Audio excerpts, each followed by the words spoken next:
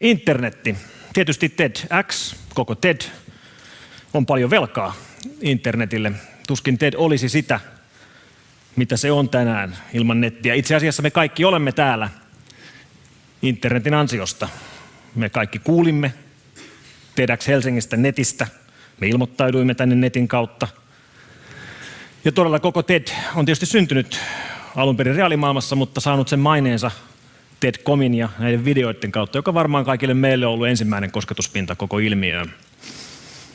Ja me kaikki tietysti olemme etukäteen puineet ja keskustelleet tätäkin päivää Twittereissä ja Facebookissa.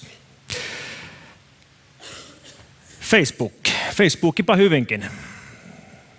Facebook, jossa on kohta 2 miljoonaa suomalaista, 500 miljoonaa ihmistä kaiken kaikkiaan. Facebook, joka on aika mielenkiintoinen ilmiö. Jos me ajatellaan nykypäivän teiniä, nykypäivän teinipoika, jos hän ei ole Facebookissa, niin hän ei tapaa tyttöjä, koska kaikki tytöt on siellä. Ja jos hän ei tapaa tyttöjä, niin hän ei tule lisääntymään. Eli jo ihan koko hemmetin evoluutio ajaa meitä kaikkia Facebookiin. Ja onhan se aikamoinen ilmiö, mikä tietysti on sitä nolompaa todeta, että minä en ole Facebookissa. Tai kyllä mä itse asiassa olen siellä. Mä olen varannut nimeni ja naamani, jotta joku muu ei voi sitten ottaa tunnusta ja esiintyä siinä minuna. Tietysti tässä ammatissa tulee ja pitääkin tulla paranoidiksi. Mutta ihan se oikea konkreettinen syy, miksi minä en ole enkä käytä Facebookia, ei johdu siitä, että olisin jotenkin kauhean huolissani Facebookin tietoturvasta tai vastustaisin Facebookia noin periaatteessa. Se on ihan maalaisjärkipäätös johtuen omasta ammatistani. Minä työkseni träkkään rikollisia, ammattirikollisia ja ammattimaisia verkkorikollisia, jotka omilla verkkorikoksillaan tekevät varsin mittavia tuloksia, keräävät miljoonia tuolla verkossa ja heidän konkreettisin uhka on turvayritykset. Ja he kyllä hyvin tietävät, että ketä me ollaan ja missä me ollaan ja mitä me tehdään. Niinpä minä en ole tietenkään kiinnostunut jakamaan nettiin tietoja perheestäni tai kavereistani tai missä asun tai mitään muutakaan tällaista. En ole koskaan missään puhunut perheestäni, mutta nyt näin niin kuin TED-hengessä ajattelin tehdä poikkeuksen ja puhua tapauksesta, jossa oma poikani teki phishing-hyökkäyksen minua vastaan.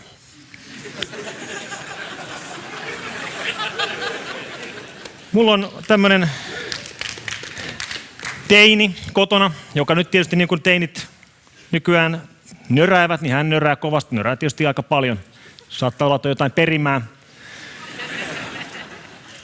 Ja minä tietysti vastuullisena isänä olen huolehtinut koneitten tietoturvan kuntoon ja pannut sinne palomuurit ja filterit ja mitä kaikkea nyt vaan voi kuvitella. Mukaan lukien tämmöisen nettifilterin, joka blokkaa, no tietysti pyrkinyt blokkaamaan väkivaltasivut ja goatse-sivut pois, mutta myöskin ehkä kaikkein tärkeimpänä sulkemaan koneen, kun tulee ilta. Kello tulee 21, niin kone menee kiinni. Ja voitte nyt kuvitella, että kyllähän se on aika kypsää, kun se kone menee kiinni kello 21. Ja kun tämä filtteri iskee päälle, niin silloin se lukitsee koneen, webbiin ei enää pääse. Ainoa millä pääsee on se, että antaa ylläpitäjän salasanan. No yksi viikonloppu keskellä päivää poika huutaa yläkerrasta, että faija hei, tuu tsiikaamaan. Että jostain syystä tämä meidän filtteri, joka on tietysti meidän tekemä filtteri, blokkaa hänen oman saittinsa. No hänellä tietysti on oma web-saitti, totta kai. Pitäähän sitten nyt olla joka teinillä oma saittinsa. Ja se oli tosiaan blokannut hänen oman sivunsa. Ja mä tulin katsomaan ja oli tosi ihmeessäni, koska miten ihmeessä se nyt tämän blokkaa. Ja meidän softa itse ei se toimi näin. Ei pitäisi niin kuin missään tilanteessa tehdä näin. No väistäisi nyt mä katon ja klikkaan siitä ja naputtelen ylläpitäjän salasanan ja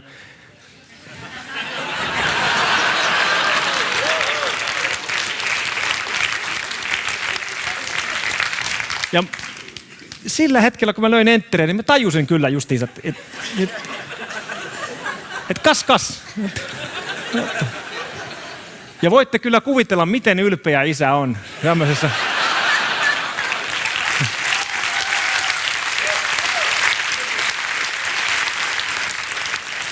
Ja kyllä, annoin pojan pitää ylläpitäjän salasanan. Jotenkin tuntui, että tässä vaiheessa se oli ansaittu. Mutta tämä on se seuraava sukupolvi. Se sukupolvi, joka on elänyt koko ikänsä niin, että on ollut olemassa Google, on ollut olemassa Wikipedia, on ollut olemassa kaikki nämä muut palvelut. Ja tämä on aika hurjaa aikaa. Minä uskon, että tietokoneistuminen ja tämä netti-ilmiö, netin tulo, mikä on tapahtunut meidän elinaikanamme, tulee jäämään historiaan yhtenä tämmöisenä suurena käännekohtana. Ja tämä seuraava sukupolvi ottaa tämän kaiken annettuna. Me pystytään antamaan aika hienoja asioita tälle seuraavalle sukupolvelle. Ja ihan jos niin pysähdytään vähän aikaa miettimään, että mitä kaikkea sieltä netistä me nyt sitten oikein ollaan saatu ja mitä me annetaan eteenpäin, niin onhan se täynnä kaikkia näitä palveluita, mitä me kaikki käytetään päivästä toiseen. On se varmaan aikamoinen muutos, noin historiallisestikin, mutta on siinä myöskin omat uhkansa. Jos me mietitään, että mikä nettiä oikein uhkaa, mikä voisi haitata tätä netin voittokulkua tulevaisuudessa. No siellä on tiettyjä uhkakuvia. On totta kai on nettisensuuria, on keskusteluita nettineutraalista, verkkofiltteröinnistä, on ihan teknisiä rajoitteita, on uhkakuvia siitä, että jotkut maat rupeavat filtteröimään toisten maiden verkkoliikennettä. Ja sitten on verkkosodankäynti, verkkosabotaasi, verkkovakoilu ja ihan puhtaasti tämä verkkorikollisuus. Niin, verkkorikollisuus, kyllä. Facebook. Kuinka moni huomasi, että tämäkin Facebook-sivu ei tullut Facebook.comista. Domeeni ei ole Facebook.com. Domeeni on com-00987676.info, jolla ei ole mitään tekemistä Facebookin kanssa. No minkä takia näitä sivuja ja vastaavia hyökkäyksiä tuolla verkossa on? No sen takia, että kun näin viedään jonkun käyttäjän Facebook-tunnus ja salasana, niin sen jälkeen hänen nimissään sitten lähetellään hänen Facebook-kavereilleen viestejä, joissa on linkkejä verkkosivuille, joissa on exploitteja, jotka jonkun heikkouden kautta, tyypillisesti Javassa tai Flashissa tai PDF Reader pluginissa, ottaa sen teidän kaverin koneen haltuun, asentaa sinne keyloggerin, joka sitten nauhoittaa kaverin luottokorttinumeron, kun hän seuraavan kerran menee verkkokauppoihin ja naputtelee korttinumeronsa. Ja me melkein kaikki tunnetaan joku, jonka luottokorttinumero on pöllitty. Ja kun näin käy, niin melkein aina ajatellaan, että joo, hitsi sentään, Masterin tai Visan numero vietiin. Se on varmaan viime etelänmatkalla jossain baarissa joku on swipannut sen kortin kahdesti, tai kenties jossain bensakylmäasemalla oli skimmeri. Heti ajatellaan, että se vietiin reaalimaailmassa. Ja kyllähän niitä nyt toki viedään reaalimaailmassakin, ei siinä mitään, mutta minä väittäisin, että valtaosa viedään ihan sieltä käyttäjien omilta koneilta, keyloggereilla ja haittaohjelmilla.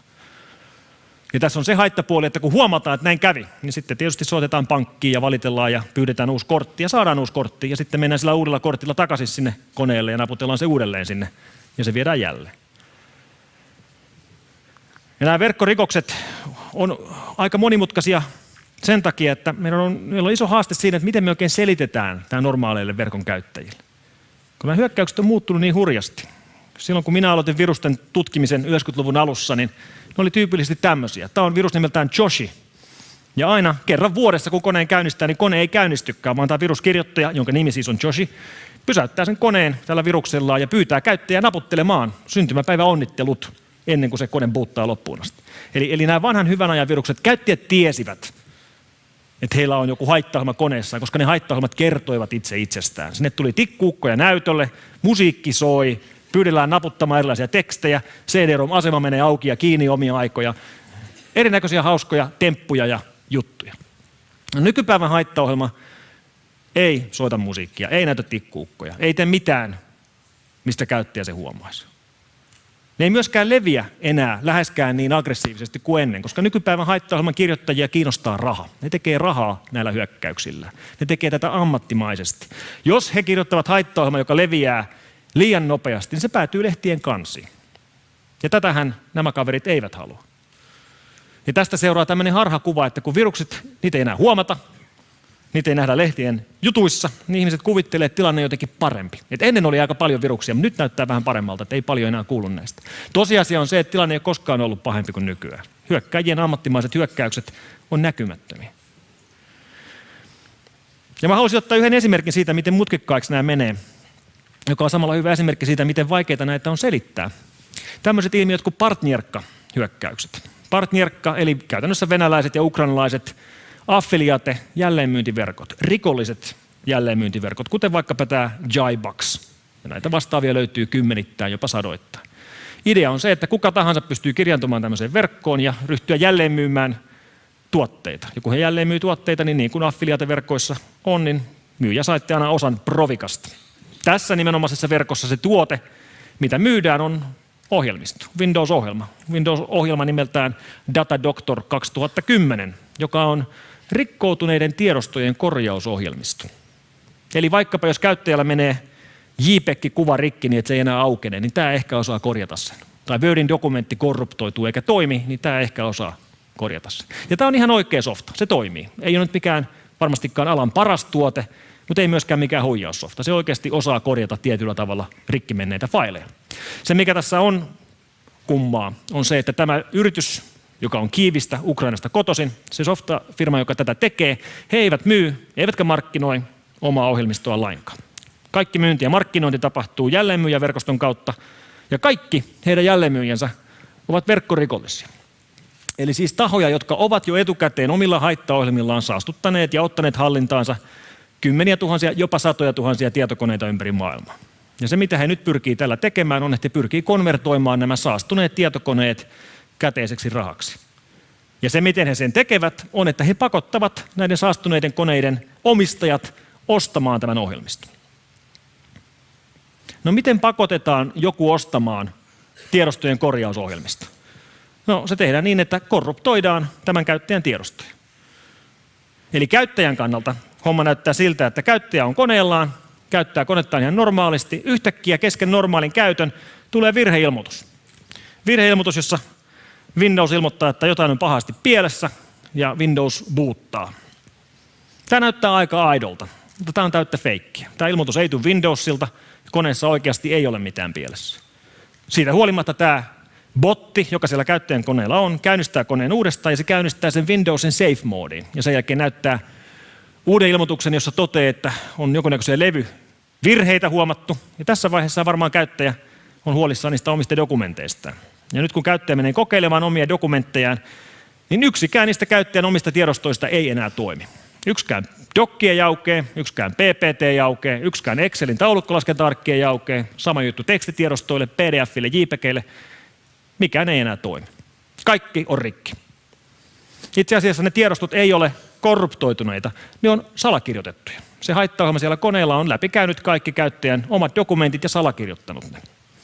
Ja tässä vaiheessahan käyttäjä, useimmat meistä varmastikin, rupeisi enemmän tai vähemmän panikoimaan. Kaikki tärkeät tiedot on mennyt. Ja voin luvata, että jokainen käyttäjä tässä vaiheessa klikkaa tuohon Repair File-nappiin. Ja niin kuin varmaan arvaatte, kun siihen nappiin klikkaa, niin se imuroi ja asentaa Datadoctor-tuotteen. Ja kun sieltä klikkaa File Fixer, niin tämä ohjelma läpikäy levyn ja löytää kaikki ne käyttäjän omat tärkeät rikki menneet tiedostot. Ja kun klikkaa tuosta Fix-it-nappia, niin kyllä, se oikeasti korjaa rikki menneet tiedostot. Mutta se korjaa vain yhden, koska käytössä on rekisteröimätön versio tästä korjausohjelmistosta. Ja jos haluaa korjata loput, niin sitten pitää ostaa rekisteröidä tämä tuote, se maksaa 91,45, josta 50% menee tälle ukrainalaiselle firmalle, joka tämän ohjelmiston alun perin on tehnyt, ja 50% menee sille verkkorikolliselle, joka alun perin saastutti sen koneen ja joka alun perin rikkoi ne tiedostot. Eli se, mitä tässä käytännössä tehdään, on se, että otetaan käyttäjän tiedot lunnaaksi, vaaditaan niistä lunnaita. Mutta tämä ei ole se, mikä on käyttäjän mielikuva. Käyttäjän mielikuva on se, että voi ei, kiintolevy hajosi ja menetin kaikki tietoni. Onneksi Microsoft suositteli tätä loistavaa korjausohjelmistoa, joka korjasi kaiken. Tätä ohjelmistoa kyllä suosittelen kaikille kavereilleni. Ja nämä operaatiot on huomattavan laajoja. Ehkä laajin tällä hetkellä tunnettu operaatio oli nimeltään Innovative Marketing Ukraine, IMU-niminen organisaatio, joka pyöritti noin 160 miljoonan liikevaihtoa näillä omilla operaatioillaan ja mittasuhteena F-Securen liikevaihto on 135 miljoonaa tällä hetkellä. Ja IMUn pääkoodarit oli kaikki Ukrainasta, mutta ne varsinaiset aivot siellä operaation takana ei ollut Ukrainasta. Siellä oli Shaile Jian ja Björn Sundin, intialais-amerikkalainen ja ruotsalainen kaveri, jotka sitä pyöritti, jotka tällä hetkellä molemmat löytyy Interpolin Wanted-sivustolta. Kummankaan sijaintia ei tunneta. No tämä esimerkkinä siitä, mitä siellä verkossa oikein tapahtuu. Ja nämä on niitä isoja haasteita, mitä meillä on, koska jos me mietitään internetin tulevaisuutta ja mikä sitä uhkaa, niin kyllä, mä pelkään, että koko internetin olemassaolo ja koko sitä netin uskottavuutta ja ihmisten luottamusta nettiin järisyttää verkkorikollisuus. Ja jos tälle asialle ei tehdä jotakin, niin sillä on merkittäviä vaikutuksia. Ja aina kun puhutaan luottamuksesta nettiin, niin toisaalta voidaan ajatella tämä myöskin toisinpäin. Ehkä se on ihan hyvä, että viedään ihmisiltä luottamus nettiin, koska tällä hetkellä ihmiset luottaa aivan liikaa. Tällä hetkellähän jengi klikkailee joka linkkiin ja avaa joka Exen ja antaa luottokorttinumeronsa joka formille, joka sitä kysyy. Ehkä se on ihan hyvä, että se ihmisten luottamus rikotaan ja rakennetaan uudelleen. Mutta se kaikkein tärkein asia, mitä meidän pitää pystyä tekemään tuolla verkossa, on mieltää se, että kyllä, siellä on rikollisuutta ja sehän ei poikkea reaalimaailmasta. On meillä reaalimaailmassakin rikollisuutta. Ja se, että meillä on reaalimaailmassa rikollisuutta, ei tee meidän reaalimaailmastamme käyttökelvotonta.